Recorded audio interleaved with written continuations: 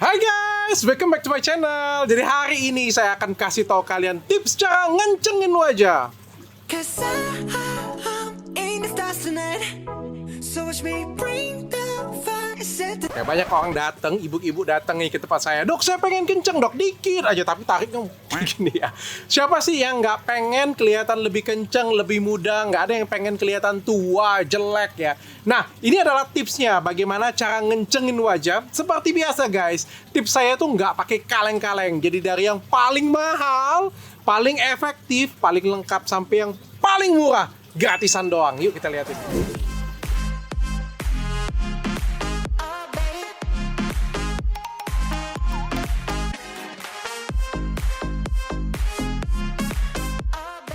Nah, di zaman sekarang nih, siapa sih yang pengen tua? Tapi ngomong-ngomong tua ya, kenapa ada orang yang umurnya sama nih ya, sekitar misalnya 40 atau 50 atau 30 tahun lah ya. Kenapa sih ada yang kelihatan baby face? Tapi ada juga nih mukanya itu boros. Apa sih penyebabnya? Jadi kita ini dilahirkan Tuhan tuh berbeda-beda ya. Jadi kayak Tuhan tuh melahirkan kita itu ada yang kaya, ada yang miskin, ada yang super miskin, ada yang sedang-sedang saja. yang sedang-sedang saja.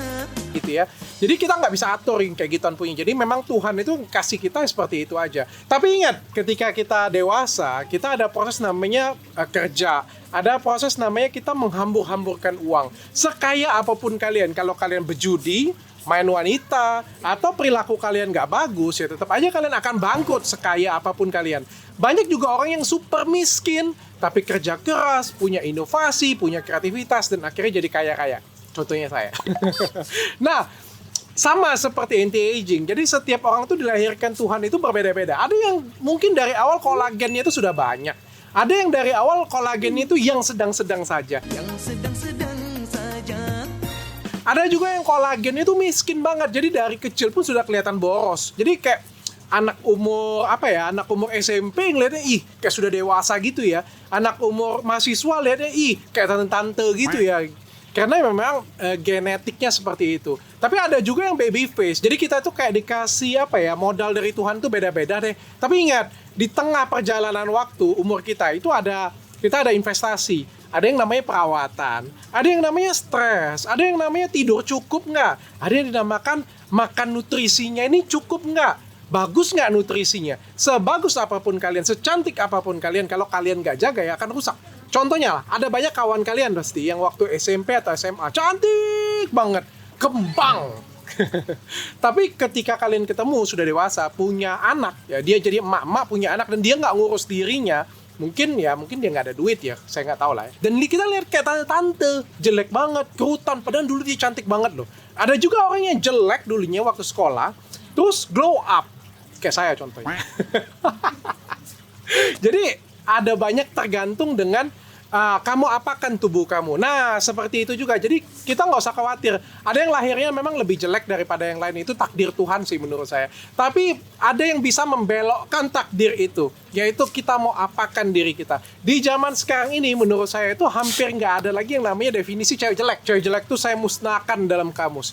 Yang ada itu mungkin cewek yang belum ada dana untuk perawatan. Karena kalau misalnya kamu punya dana untuk perawatan, itu semuanya itu bisa jadi cantik. Gigi berantakan bisa jadi bagus, kulit jelek bisa jadi bagus, muka kendor bisa jadi kenceng, hidung pesek bisa jadi mancung, bibir tipis bisa jadi tebal. Jadi semuanya bisa di zaman sekarang. Kamu tinggal datang kemana. Kalau yang seninya bagus, maka hasilnya akan bagus. Ingat ya, dokter, klinik itu menentukan sekali. Bukan artinya semua dokternya sama aja dok, beda ya. Seni itu sangat menentukan pada waktu di estetik. Nah, langsung aja kita bahas nih bagaimana cara untuk ngencengin wajah dari yang paling mahal sampai yang paling murah. Nah, yang paling mahal dulu nih, nomor 1. Operasi. Nggak ada, ini sudah pasti langsung kenceng. Ya, tapi di Indonesia ini belum populer untuk operasi ya. Kebanyakan operasi untuk ngencengin wajah itu adanya di Korea. Jadi kalau kalian tanya, dok, kayak gimana sih operasi untuk ngencengin wajah? Dia akan potong di sini, terus dia akan tarik wajah kalian sehingga jadinya kenceng. Ya, tapi permanen nggak dok? Ya sebenarnya nggak ada yang permanen sih. Enak banget kalau misalnya dikerjain operasi umur 70 tahun masih kayak gitu aja, nggak bisa. Ya walaupun kalian umur 40 kerjain ya umur 70 turun.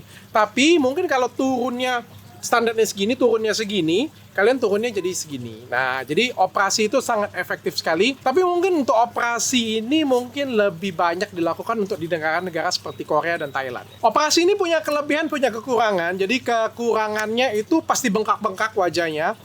Mahal harganya, jadi sudah mahal, bengkak-bengkak, kayak ditonjok pun orang. Kan kemarin ada pernah aktivis yang bilangnya dia digebukin padahal dia operasi kan. Kurang lebih seperti itu sih, itu operasi itu namanya ya. Dan juga, tapi kelebihannya adalah cuma 1 kali, jadi nggak perlu diulang, terus bertahannya cukup lama, jadi lebih efektif. Yang kedua, nah ini cukup happening, ada di Indonesia, beberapa di negara Asia juga happening, tanam benang. Jadi tanam benang itu apa sih, Dok? Apakah benang jahit ditanam di dalam wajah kita? Nggak seperti itu ya. Jadi tanam benang ini sebenarnya seperti memasukkan kolagen. Ya sebenarnya kan di dalam pipi kita ini kan ada kolagen, ada jaringan ikat ya. Ketika masih muda jaringan ikatnya ini tinggi. Jadi kayak modal dari Tuhan tinggi. Lama-lama kan menyusut.